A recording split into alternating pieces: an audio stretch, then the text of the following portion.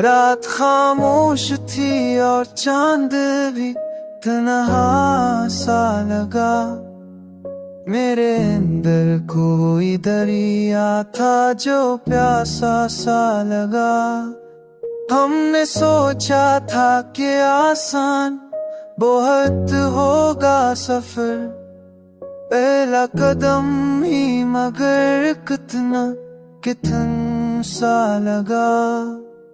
तेरी आवाज की खुशबू ने अजब काम किया।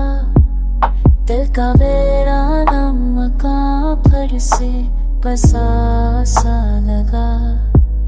जिसको पाया था बड़ी चाह से दुनिया भर में, वही एक शख्स मुझे सबसे जुदा सा लगा।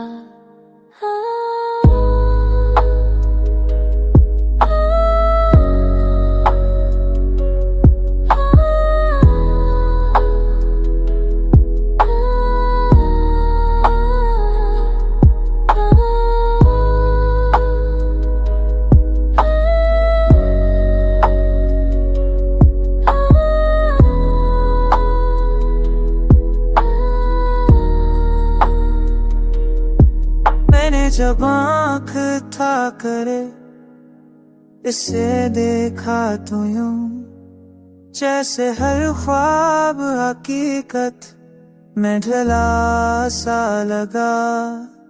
जिंदगी तो जिसे शिकायत ही नहीं है कोई, तो भी हालात के हाथ